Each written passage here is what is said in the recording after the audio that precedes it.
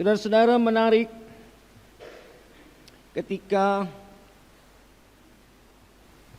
rombongan atau orang-orang yang datang berkunjung berziarah ke Israel, ke Yerusalem dari semua negara. Dan ketika bulan Oktober yang lalu saya dan rombongan dari Makassar juga menyempatkan memasuki kota Yerusalem. Maka waktu kami mau masuk di kota itu ada satu lagu dinyanyikan di dalam bus, di dalam rombongan. Coba tolong say dulu, Bung. Oh Yerusalem,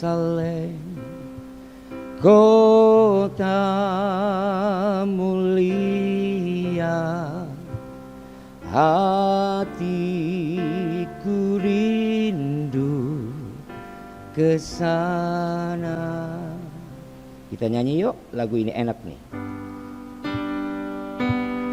Oh Yerusalem, kota mulia, hatiku rindu ke sana.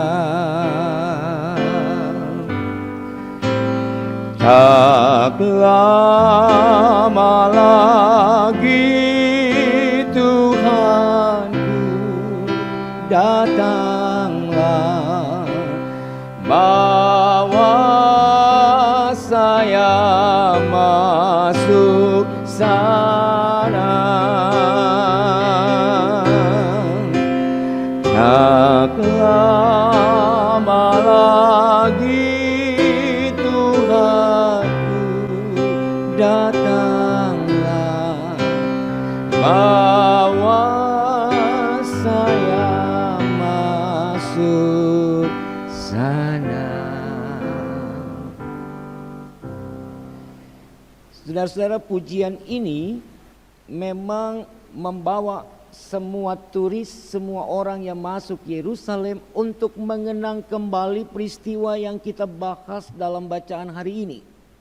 Nah, kisah kita ini menarik karena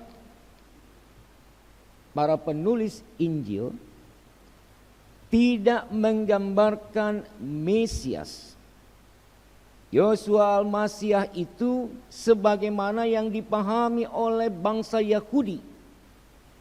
Seseorang yang gagah berani, seseorang yang mengendarai kuda jantan yang kuat, seseorang yang berbaju jirah, seseorang yang membawa pedang untuk berperang. Bukan itu gambarannya. Tapi justru para penulis Injil Kristus, mereka serempak, sepikir, sehati untuk menjelaskan siapa Yesus itu. Nah, dalam bacaan kita Bapak Ibu, khususnya di ayat yang kedua, Yesus katakan kepada murid-muridnya, pergilah ke kampung yang di depanmu, dan di situ kamu akan segera menemukan seekor keledai betina tertambat dan anaknya ada dekatnya. Lepaskanlah keledai itu dan bawalah keduanya kepadaku. Apa yang diperintahkan Yesus ini punya makna yang dalam. Keledai betina yang memiliki anak di dekatnya. Ya, ada anak keledai itu yang juga tertambat dan ada diikat di samping induknya. Kalau kita mau mengeksegese secara sederhana, sebenarnya Yesus mau bilang bahwa itulah gambarannya. Allah, yaitu Bapanya dan anaknya yang ada dekatnya. Jadi gambaran tentang dirinya sebenarnya diungkap di dalam kisah ini. Hanya memang orang tidak paham pada waktu itu. Saya percaya kalau Yesus tidak dikenal orang pada waktu itu, kalau sang Tuhan ini, sang Kurios ini tidak dipahami keberadaannya, maka orang akan bilang, stop, itu milik kami, jangan ambil, jangan bawa sembarang. Tapi apakah ada penolakan dari pemilik keledai? Dan membawa juga anak dari keledai itu kepada Yesus? Tidak. Mereka menyerahkannya untuk dipakai, ditunggangi oleh Sang Tuhan. Artinya Yesus pada waktu itu setelah 3 tahun melayani, 3 tahun melakukan banyak perkara-perkara di dunia, ia dikenal oleh banyak orang. Ia menjadi sosok yang tidak asing. Dan murid-murid yang selalu mengikuti Yesus itu juga dikenal sebagai bagian dari Sang Tuhan ini. Sehingga dapat dipastikan bahwa Yesus adalah sosok, adalah pribadi yang benar-benar telah mendapat hati, mendapat tempat di hati banyak orang waktu itu. Nah, catatan kedua dalam bacaan kita mengatakan begini. Waktu keledai betina yang dibawa itu tidak ada pelananya. Tidak ada pembungkus untuk orang duduk di atasnya. Sebagaimana seperti kita lihat kalau kuda pacuan ada pelana ya, yang selalu dipasang di situ untuk tempat orang yang duduk menunggangi kuda atau menunggangi keledai. Ini enggak ada. Di ayat 7, mereka membawa keledai betina itu bersama anaknya, lalu mengalasinya dengan pakaian mereka, dan Yesus pun naik ke atasnya. Ini juga punya makna dan gambaran yang dalam.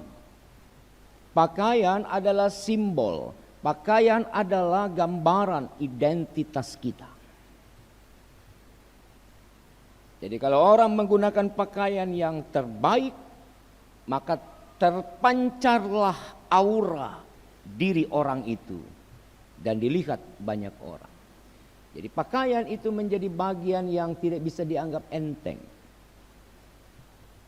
Pada saat Yesus mau masuk ke Yerusalem, orang melepaskan pakaiannya atau mengambil pakaian-pakaian terbaik mereka, lalu kemudian menghiasi keledai betina itu dengan pakaian mereka.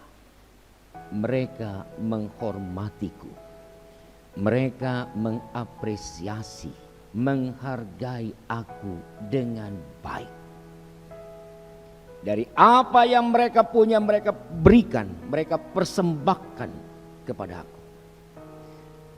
Dan oleh karena itu ada beberapa hal yang menjadi catatan dan perlu digarisbawahi oleh 25 calon sidi baru ini. Yang pertama, kalau Yesus memilih keledai betina, Yesus mengatakan bahwa aku lemah lembut dan sederhana. Maka karakter sikap Yesus itu menjadi catatan bagi kalian juga untuk menjalani proses hidup ke depan sebagai anak-anak Tuhan. Bersikaplah lemah lembut kepada sesama. Bersikaplah sederhana dan merendahkan diri dalam segala keadaan hidupmu. Karena Yesus tidak ajarkan kita untuk menjadi sosok pribadi yang tinggi hati, pribadi yang gagah-gagahan dalam hidup ini. Justru Yesus katakan, kamu harus sederhana, lemah lembut, rendah hati. Jadi kalau hari ini bilang saya siap pikul salib, siap menderita, siap menjadi pribadi yang merendahkan diriku, siap menjadi pribadi yang sederhana, siap menjadi pribadi yang menunjukkan kelemah lembutanku seperti Tuhanku, maka jawablah itu nanti dengan imanmu dan hiduplah di dalamnya. Jangan karena kepeng, karena cinta, karena jabatan, lalu pergi tinggalkan Tuhan dalam hidup. Yang kedua, pujian dan penghormatan kepada Allah dalam kisah ini juga mau menjadi bagian buat kita Bapak Ibu Saudara dan juga anak-anak sidi baru ini. berikan yang terbaik untuk Tuhan.